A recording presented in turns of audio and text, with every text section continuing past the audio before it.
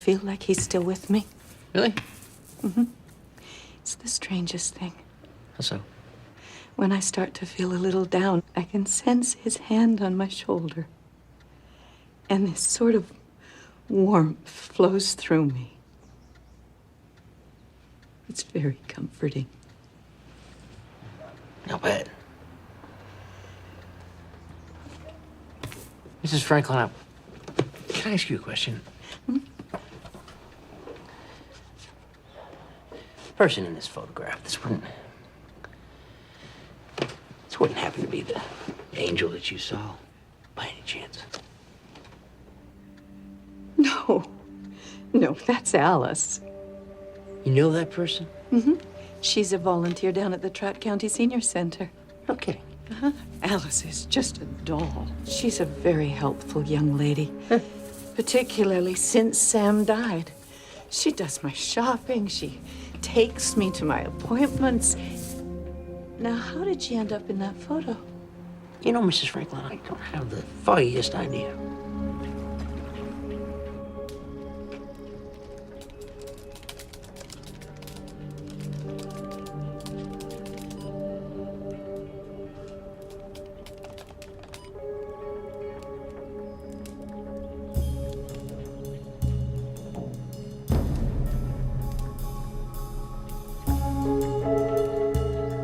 Alice told me she's never met Mrs. Franklin, never even been to her house. Now, Mrs. Franklin says she came there every day to read to her husband. So?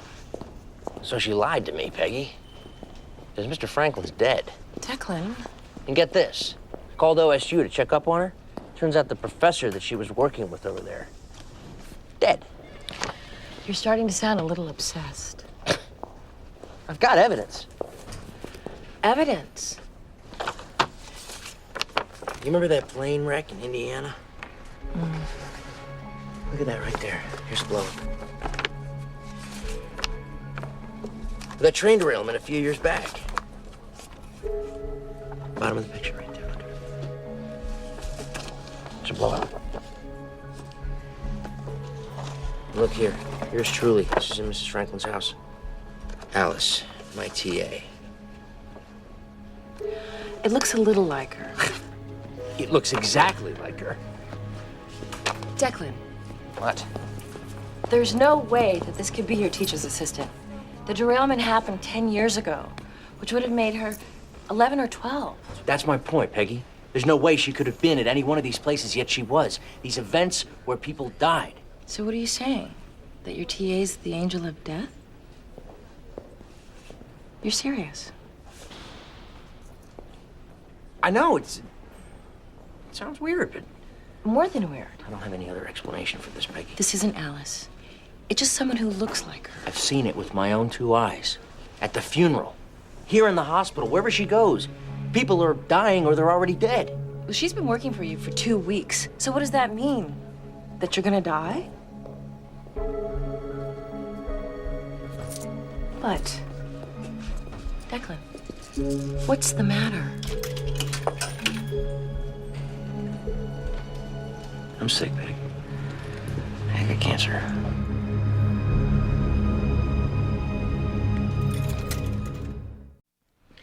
How long have you known?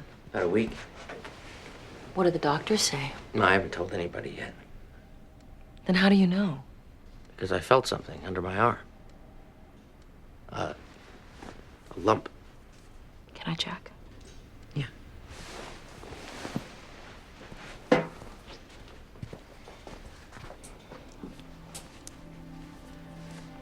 Right there. Okay, you found a lump, but you haven't seen a doctor.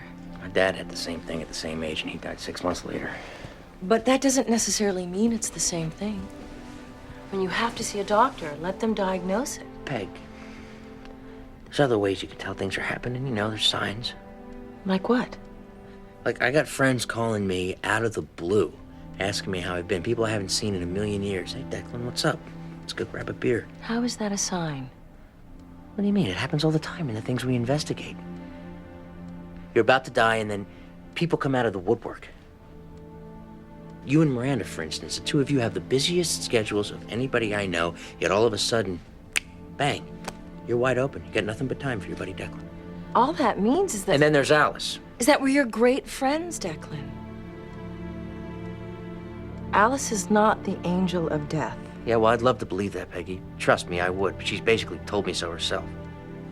Alice told you she's the angel of death. Well, she didn't use those exact words, no.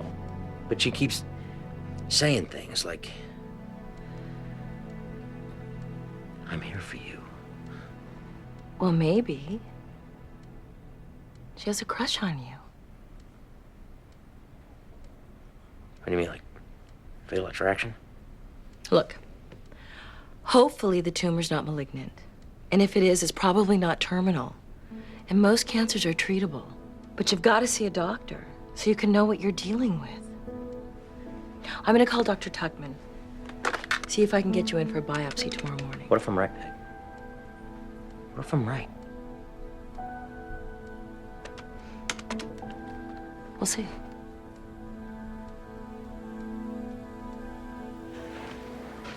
Is he okay? Not really. He's kept it all bottled up, magnified its severity. And then he's got this idea that his TA, Alice, is some sort of angel of death.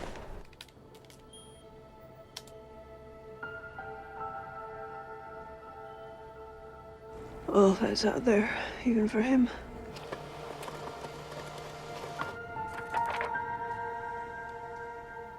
The biopsy's tomorrow morning. What time? 7:30.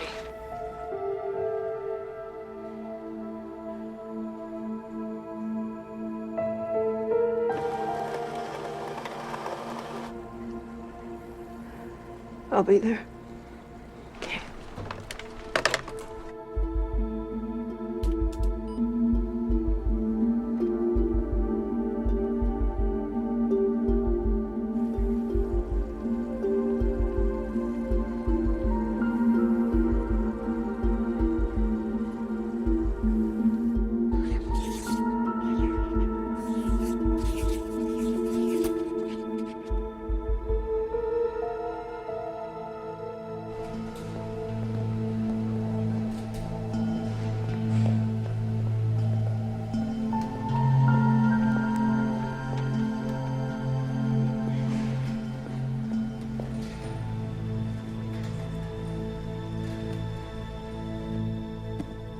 The good thing is, the tumor's small, so the doctors think they can get all of it.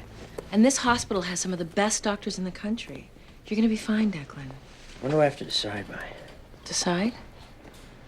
Yeah, about the surgery. Dr. Tuckman has you scheduled for Friday. Yeah, I know. Dr. Tuckman has me scheduled, but, you know, there's other things besides surgery. There's chemotherapy, radiation. I mean, I don't... You have no choice, Declan. People die every year in surgery, Peg. There's a remote chance of that. But you have to get the tumor out. The longer you wait, the more dangerous it becomes. I've had a bad feeling about this, Peg. I got, like, this gnawing in my stomach that just... Alice. Declan. What? I don't need you to tell me it's nuts. I already know that. But what if I'm right? What if me going under the knife just gives her an opening to... It's perfectly normal to be afraid. But you're projecting your fear onto Alice. What if she really were the angel of death? Why can some people see her and others can't? Maybe it's just for people who are about to die. What about me? What about Miranda or your students? I mean, we can see her. Does that mean we're all gonna die? You guys are in my world, so you need to see her in order for her to be able to do her job.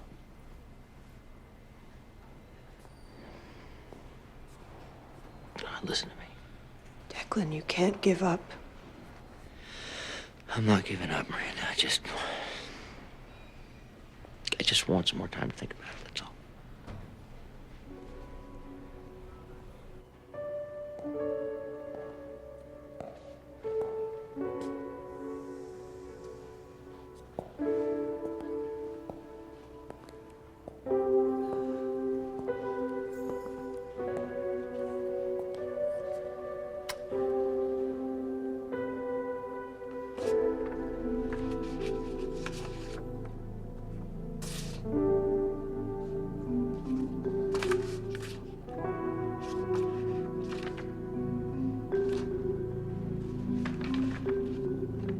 Miranda? Hey, Where's Declan? I don't think he's around. He told you, didn't he? What? He fired me. Said it wasn't working out. That's too bad. No, I think he was just having a bad day. I'd like to talk to him again. Any idea when he'll be back? Not for a few days. Oh, is he sick?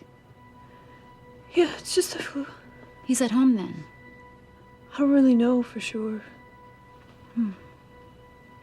What are you working on? That's Declan's stuff.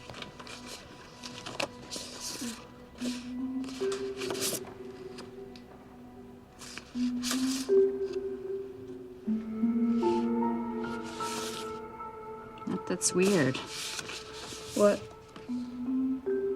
These women. They all sort of look like me. Oh, really? I hadn't noticed. I guess you're right. They aren't you, right? Of course not.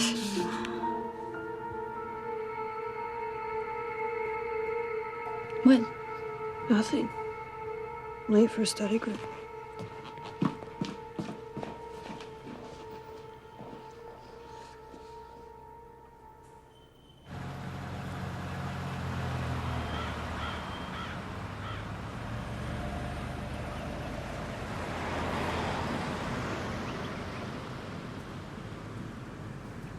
Catch you later, Bob.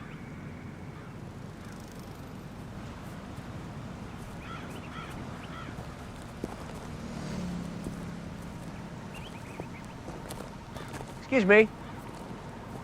Hi. Hello? I'm sorry to bother you. My name's Declan Dunn. I'm a professor at NOU. Joyce Duncan.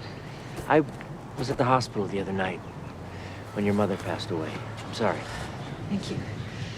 There was a woman that was in the hospital room with you, an Asian woman. She's an old friend of mine. I just been trying to get in touch with her. Yes. She works at the hospital. You could probably get in touch with her there. She works there? That's what she said. Ah, She came into the room just moments before my mom passed away. is that right? She came back later, stayed with me in the room until my husband picked me up. She's a very nice woman. Well, thanks for the information. I appreciate it. Your time. When you see her, will you thank her for me? I was very upset. She was a great comfort. I'll do that.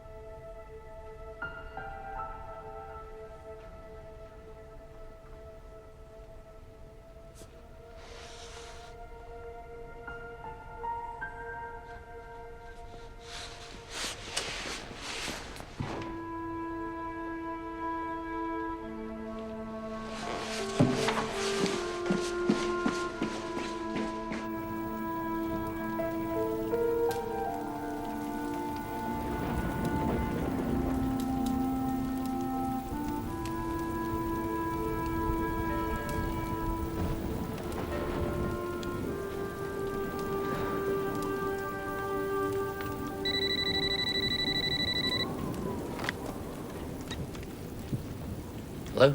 Hey, what are you up to? Just watching a video. Of what?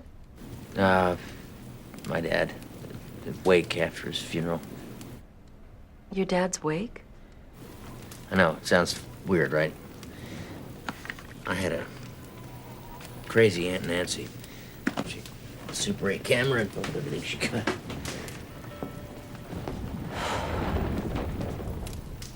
Tell you, Peg, I think that was the toughest day of my life. I don't think that's the best thing for you to be watching.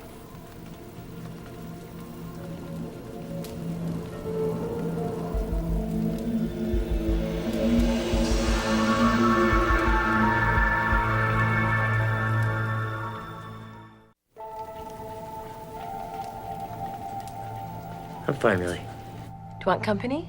No. Company? I think I'm just gonna chill out, lay low.